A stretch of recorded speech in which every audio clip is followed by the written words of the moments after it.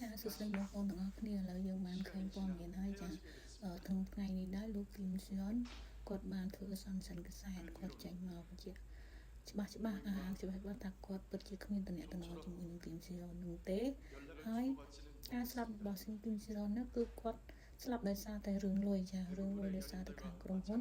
គឺដាក់សម្ពាធទៅលើគាត់ខ្លាំងមែនទែនដើម្បីគាត់ទូទាត់សងប្រាក់អញ្ចឹងទើបបានគាត់សម្រេចចិត្តថាស្លាប់គឺគ្រប់យ៉ាងគឺមិនបានតាក់ទងនឹងជាមួយគាត់ទេចាគាត់ដឹងហើយបងប្អូនមួយរយៈក្រោយនេះគឺសារព័ត៌មានគឺគាត់បានវិនិច្ឆ័យពីសារនៅក្នុងការកៅថោកចាសារនៅក្នុងការកៅថោកឆ្លើយឆ្លងគ្នារវាងគាត់ហើយនឹងអ្នកស្លាប់ហ្នឹងគឺគឹមសេអនប៉ុន្តែគាត់បានបញ្ជាក់ឲ្យថាសារហ្នឹងគឺមិនមែនជាសាររបស់គាត់ទេចាគឺមិនមែនជាសាររបស់គាត់ទេរឿងហ្នឹងគឺមិនមែនជាការពិតទេគឺគាត់អត់ទទួលយកអ្វីដែលគេចោទប្រកាន់នឹងទេដំបូងគាត់អត់ចេញមកនិយាយអីទាំងអស់គាត់ស្ងប់នៅស្ងប់ស្ងាត់អីអញ្ចឹងប៉ុន្តែរឿងនេះវាកាន់តែខ្លាំងទៅធ្វើឲ្យបញ្ហាការងាររបស់គាត់នឹងគឺជាប់គាំងដោយសារតែបញ្ហាអស់ហ្នឹងហើយវាអត់មានវិធានការអីដែលមិនដោះស្រាយបានលឿនមានតែគាត់ចេញមកធ្វើ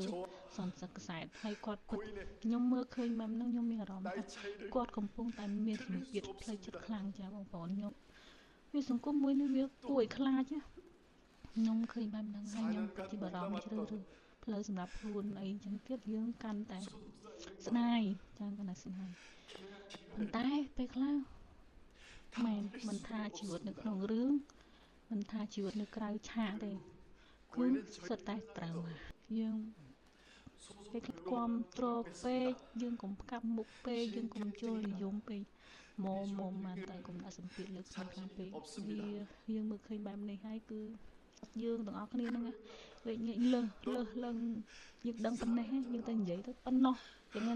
បន្តិចអាអ្នកដឹងពីយើងហ្នឹងទៅនិយាយប៉ុណ្ណោះទៀតតាមបន្តិចដល់យូរទៅវាទៅជារឿងដែលធំចឹងណាធំហើយវាធ្វើឲ្យគេវាប៉ះពាល់ដល់គ្នាណោះចាចឹងហ្នឹងហើយបងប្អូនខ្ញុំសង្ឃឹមថាជនរងគ្រោះនឹងទទួលបានយុត្តិធម៌ក្នុងពេលឆាប់យើងអត់ដឹងថាមួយអ្នករងគ្រោះឲ្យពិតប្រាកដទេចាអ្នកស្លាប់ក៏គ្នាស្លាប់ទៅហើយអ្នកនៅក្នុងនៅរស់នេះក៏គ្នារស់ទាំងពិបាកនឹងរស់ហ្នឹងហើយបងប្អូនសង្ឃឹមថារឿងនេះនឹងមានដំណោះស្រាយឆាប់ចាបងប្អូនបាយបាយ